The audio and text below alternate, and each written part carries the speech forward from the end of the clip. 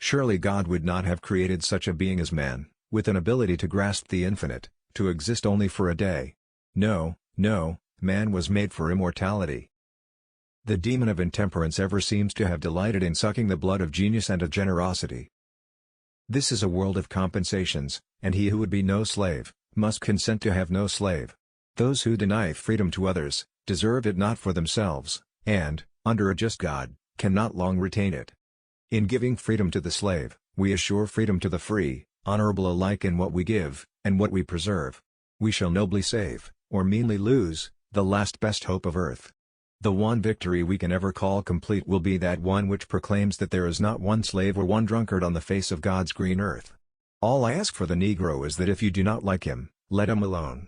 If God gave him but little, that little let him enjoy. I leave you, hoping that the lamp of liberty will burn in your bosoms until there shall no longer be a doubt that all men are created free and equal. No man is good enough to govern another man, without that other's consent. I say this is the leading principle, the sheet anchor of American republicanism. In regard to this great book, I have but to say, it is the best gift God has given to man. All the good the Savior gave to the world was communicated through this book. The United States government must not undertake to run the churches. When an individual, in the church or out of it, becomes dangerous to the public interest, he must be checked. I desire to so conduct the affairs of this administration that if at the end, when I come to lay down the reins of power, I have lost every other friend on earth, I shall at least have one friend left, and that friend shall be down inside of me. Elections belong to the people. It's their decision. If they decide to turn their back on the fire and burn their behinds, then they will just have to sit on their blisters. Labor is prior to, and independent of, capital. Capital is only the fruit of labor, and could never have existed if labor had not first existed. Labor is the superior of capital, and deserves much the higher consideration. My father taught me to work, but not to love it. I never did like to work, and I don't deny it. I'd rather read, tell stories, crack jokes, talk, laugh, anything but work. If we have no friends, we have no pleasure, and if we have them, we are sure to lose them, and be doubly pained by the loss.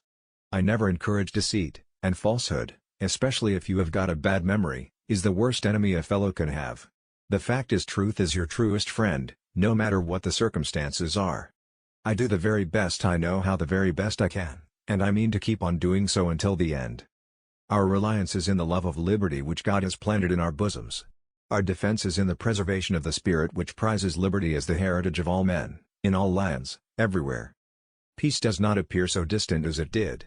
I hope it will come soon, and come to stay, and so come as to be worth the keeping in all future time. In giving freedom to the slave, we assure freedom to the free, honorable alike in what we give, and what we preserve. We shall nobly save, or meanly lose, the last best hope of earth.